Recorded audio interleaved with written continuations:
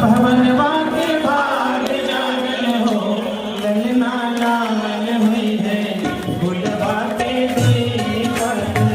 मनवा में आस लागल हो ललना लाल हुई है फुलवा के दीपक मनवा में आस लागल हो